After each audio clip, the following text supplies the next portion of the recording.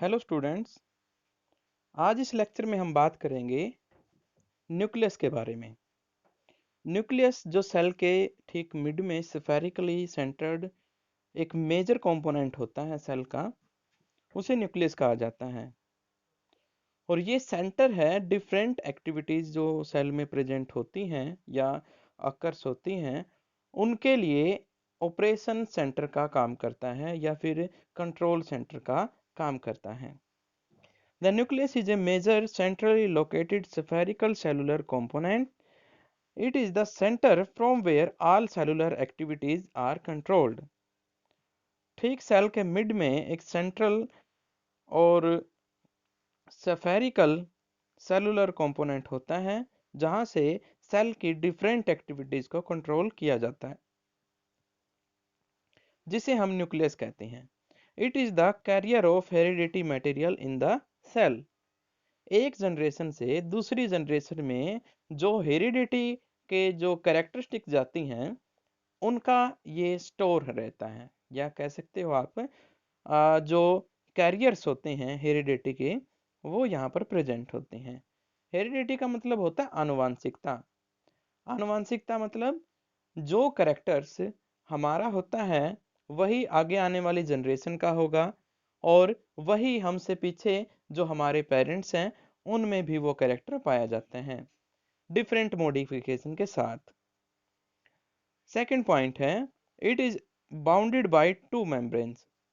Nucleus दो तरह के मेम्ब्रेन से बाउंड होता है। फर्स्ट वन, और दोनों मिलकर के एक न्यूक्लियर एनवलप बनाती हैं, और जो मेम्ब्रेन होती है इन्हें कहा जाता है न्यूक्लियर मेम्ब्रेन्स। न्यूक्लियस के अंदर जो लिक्विड प्रेजेंट होता है उसे न्यूक्लियर प्लाज्म कहते हैं।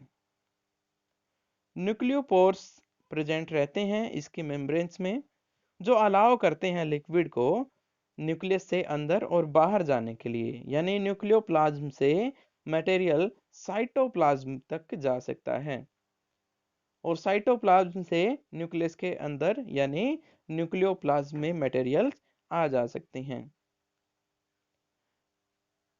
To nucleopores, the nucleopores allow transfer of materials between the nucleoplasm and the cytoplasm.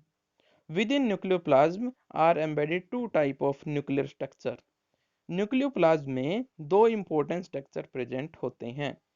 First one nucleosis, nucleolus and chromatin materials. दो तरह के यहाँ पर मेन कंपोनेंट होते हैं, दो स्ट्रक्चर होते हैं जो न्यूक्लियस के अंदर प्रेजेंट होते हैं। पहला न्यूक्लियोलस एंड दूसरा क्रोमेटिन मटेरियल्स। अब हम न्यूक्लियोलस के बारे में पढ़ते हैं। The nucleolus may be one और more in number and not bounded by any membrane.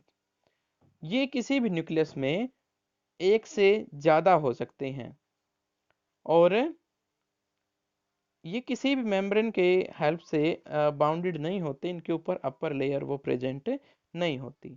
Nucleolus consist of DNA, RNA and protein. इसमें डीएनए, आरएनए और प्रोटीन प्रेजेंट होते हैं। डीएनए क्या होता है? डीऑक्सी राइबो न्यूक्लिक एसिड, और यहाँ पर आर का मतलब है ribo nucleic acid. And protein, protein का आपको पता ही है, ये नाइट्रोजन के कंपोनेंट होते हैं, कंपाउंड्स होते हैं, और जिन्हें फूड की हेल्प से या फिर हमारे शरीर को जिसकी नीड होती है स्ट्रेंथ के लिए। It is the site of ribosomes formation.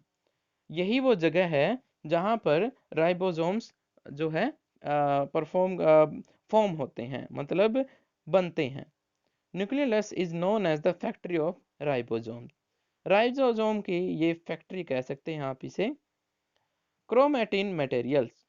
अब हम सेकंड पार्ट की बात करते हैं जो न्यूक्लियोलस के अलावा न्यूक्लियस में प्रेजेंट होता है।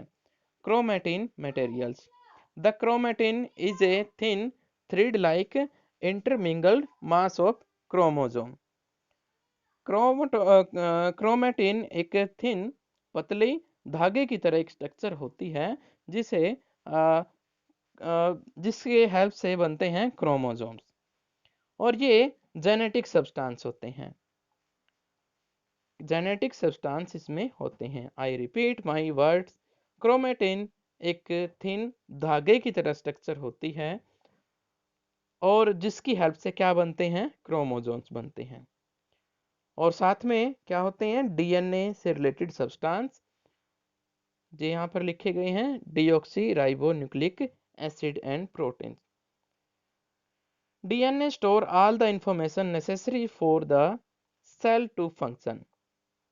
डीएनए में लगभग हर एक इंफॉर्मेशन होती है जो सेल की वर्किंग के लिए नेसेसरी होती हैं। इसमें कई तरह की चीजें आ सकती, डिकम्पोजिशन ऑफ फूड हो सकती है, और हमारा जो रेस्पिरेटरी सिस्टम है या balance of oxygen and CO2 ये प्रेजेंट हो सकता है। ये सभी बैलेंस होती हैं और इन सभी को एक कॉमन नेम दे दिया जाता है, इन सभी प्रोसेस को मेटाबॉलिज्म। तो कंफ्यूज नहीं होना है, मेटाबॉलिज्म का एक सिंपल वर्ड मीनिंग आप ढूंढोगे तो मे भी आप कंफ्यूज हो जाओ, लेकिन इसका मतलब होता है डिफरेंट प्रोसेसेस जो सेल के अंदर होती हैं वो मेटाबॉलिज्म से जो है डिफाइन कर दी जाती हैं या पॉइंट आउट कर दी जाती हैं।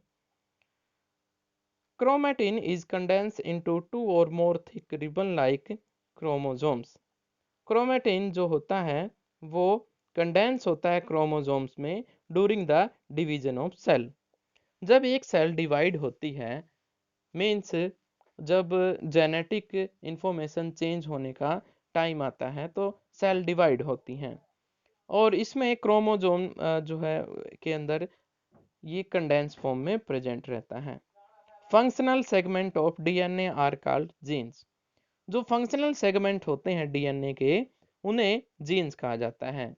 दैट मीन्स जो जेनेटिक इंफॉर्मेशन कन्वर्ट करेंगे एक जगह से दूसरी जगह, वो जीन्स होते हैं। Genes carry information for protein synthesis. यही बताएंगे कि कब प्रोटीन को सिंथेसाइज करना है, which in turn control the development of characters. ऐसे ही ये कैरेक्टर्स को भी क्या करते हैं, फिर कंट्रोल करते हैं। मैंने अभी अभी बताया था स्ट्रेंथनेस के लिए प्रोटीन जो है यूज किया जाता है। तो मतलब क्या हुआ, बॉडी का जो स्ट्रक्चर होगा उसका जो रिलेशन होता है स्ट्रेंथ से होता है, उसकी बोन स्ट्रेंथ या मसल स्ट्रेंथ, ये सभी। दैट मीन्स जीन रिस्पॉन्सिबल होता है नई जनरेशन का जो शेप एंड साइज कैसा होगा या कैरेक्टर्स कैसे होंगे। Since genes are present on chromosomes and chromosomes pass from one generation to next through genes are called heredity units। क्योंकि ये सभी काम एक जनरेशन से दूसरी जनरेशन में कैरेक्टर को लेके जाने की जो प्रोसेस होती है ये जीन्स करता है, इसलिए जीन्स को हम हेरिडिटरी यूनिट्स कहते हैं। उसके बाद हम पढ़ते हैं function of nucleus. Nucleus control all metabolic activities of cell. अभी अभी हमने बताया था जितने भी सेल में एक्टिविटीज होती हैं उनका कंट्रोल कौन करता है, न्यूक्लियस करता है। If the nucleus is removed from the cell, अगर हम किसी वजह से या फिर हटा के देखना चाहें किसी भी टेस्ट के दौरान, एक्सपेरिमेंट के दौरान, तो क्या रिजल्ट मिलता है, जो सेल होती है अल्टीमेटली ड्राई अप हो जाती है, सूख जाती है, मर जाती है। Nucleus regulate the cell cycle. Cell cycle जो डिफरेंट प्रोसेस होती है, दैट मीन्स एक सेल डेड होगी, नई सेल उससे बन जाएगी, ये काम भी किसका होता है, न्यूक्लियस का होता है। It is the storehouse of genes. जो जीन्स होते हैं इसमें स्टोर होते हैं और डेवलपमेंट भी उनकी manifestation of all the body character वो यहीं से जो है किए जाते हैं। Nucleus help in the formation of ribosomes and RNA. जो राइबोसोम्स और आरएनए प्रेजेंट होते हैं वो भी न्यूक्लियस में ही फॉर्म होते हैं, इनकी हेल्प न्यूक्लियस ही करता है। It helps in transmission of characters from one generation to next. ये जो कैरेक्टर्स होते हैं, विशेषताएं होती है, जैसे कि हम हाइट ले सकते हैं, आईज कलर ले सकते हैं, हेयर डिजाइन ले सकते हैं, जो एक जनरेशन से दूसरी जनरेशन में कॉमन आउट हो जाती हैं। जैसे पिता और पुत्र या फिर फादर एंड सन दोनों की हाइट लंबी होती है, यानी वहां पर कौन सा कैरेक्टर गया है, हाइट वाला कैरेक्टर गया है।